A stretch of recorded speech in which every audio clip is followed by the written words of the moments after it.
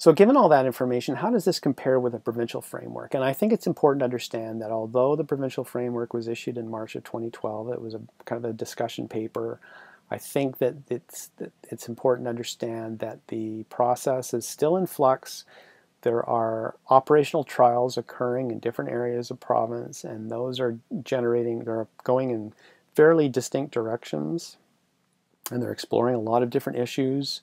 And so things are not yet solid, and what this is all going to turn into in terms of changes in provincial level policy or in legislation is not yet clear. But I think what's proposed here is flexible enough that we can stay aligned with the provinces as they sort of navigate their way through this. But in that 2012 framework, there were these 4 principles that were established. And I think that the proposed marine framework aligns quite closely with these 4 principles. So this idea of having consistent values that apply to all the sectors, and with these outcomes in terms of these management objectives, as I've talked about, that's obviously a very important principle. The idea of making the monitoring spatial and identifying changes in current condition over time, that's part of this framework, and also a principle laid out by the province. Risk-based assessment of all proposals. So what this refers to is that all proposals for activities should go through a process that identifies the impact on all those indicators and how it moves the needle towards those objectives.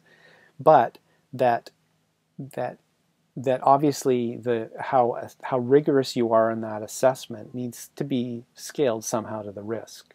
So there could be very large projects, and those should obviously be subject to much closer scrutiny than the small projects that don't seem to move the needle that move the needle on very low risk values, for instance.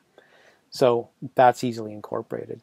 This idea of periodic broad-scale and forward-looking assessments.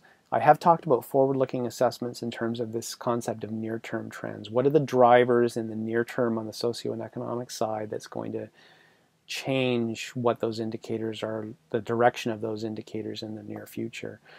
The provincial framework also talks about some broader, longer-term views, which I think are also important. It's important to do some longer-term forecasting, for instance, looking at, say, climate change scenarios, so that we can understand or have some idea of what might happen in 50 to 100 years, and understanding how that should change the way we're doing things now.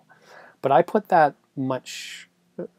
piece firmly in the research and effectiveness monitoring box, rather than more of the operational, every day-to-day workings of the cumulative effects assessment framework. And again, I don't think there's universal agreement on that. I think that some people think that the long-term forecasting should be front and center in terms of the monitoring we do and the information gathering we do.